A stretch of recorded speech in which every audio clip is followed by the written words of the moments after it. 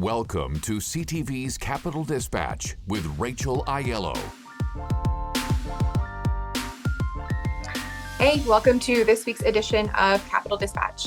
So 3 things happened on the Hill this week I want to touch on. First, of course, late Thursday night, we learned of the death of former Progressive Prime Minister Brian Mulroney at the age of 84. According to a statement from his family, he passed away peacefully, surrounded by family in Palm Beach, where he has a home. So once this happened, we had immediately all of the condolences and reaction pouring in from across the political spectrum. Prime Minister Justin Trudeau, Conservative leader Pierre Poilievre, NDP leader Jagmeet Singh, as well as some of Mulroney's rivals and adversaries over the years in federal politics. Marking his passage, the flag on Parliament Hill, the Peace Tower behind me, remains at half-mast, and the House of Commons decided to adjourn its proceedings on Friday early, out of respect for Mr. Mulroney. We're expecting to hear specific tributes in the House once they return, as well as planning around what's likely to be a state funeral.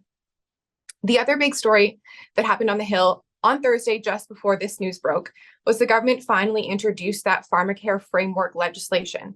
So Health Minister Mark Holland tabled it. It is all of 6 pages, basically very broad strokes outlining how the government intends to pursue a national Pharmacare program, very much talking about the foundational principles and not in any way actually implementing this program.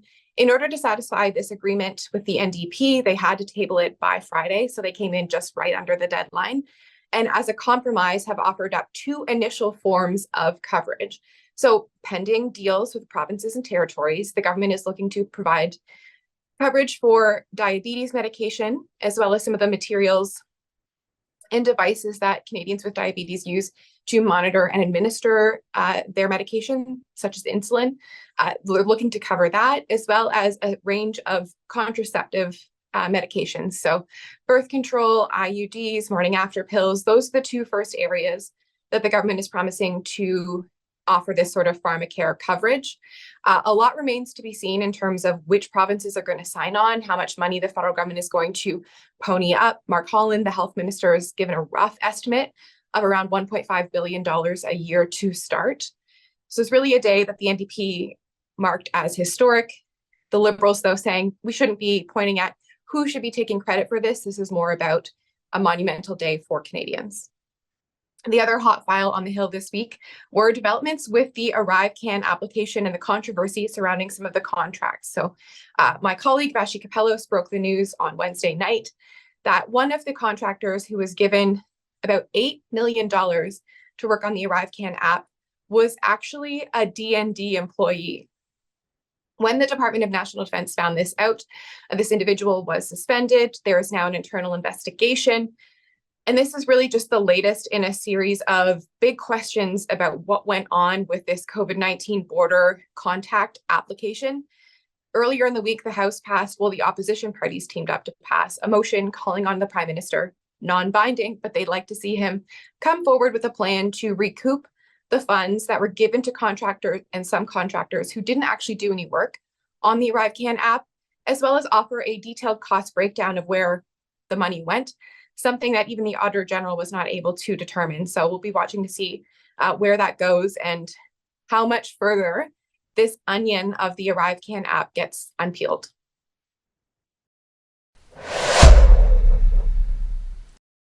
Right now, where your posts go and what appears in your feed are dictated by platforms. Through this bill, we are restoring more of that power to you, the individual Canadian. C-63, this bill does not wade in to your private communications. Private communications are exempted from this legislation. We know that there are powerful organizations and people who may line up against this legislation. People with money and people with influence. My message to these people and these organizations is very simple. It is now the time to work directly with us. Profit cannot be prioritized over safety. Right now, it is too easy for social media companies to look the other way as hate and exploitation festers on their platforms.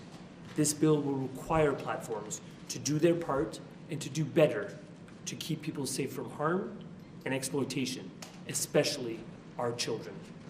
Failure to do so will have a price. So that was Justice Minister Arif Virani speaking at a press conference in which he unveiled this long-awaited online harms legislation. This was the big news to start the week. Years in the making, the Liberals finally brought forward this package of reforms that they want to target at platforms, a series of obligations they're hoping social media platforms, live streaming services, and adult content websites will have to follow in order to address, mitigate, and respond to 7 forms of harm on their platforms. We're talking about child sex exploitation, content known as revenge porn or AI deepfakes, hate speech, incitement to violence, incitement to terrorism, a number of ills. The government is taking the position on saying these things are illegal in person, they should be illegal online. So a quite big bill. Lots of experts have kind of gone through it over the last few days.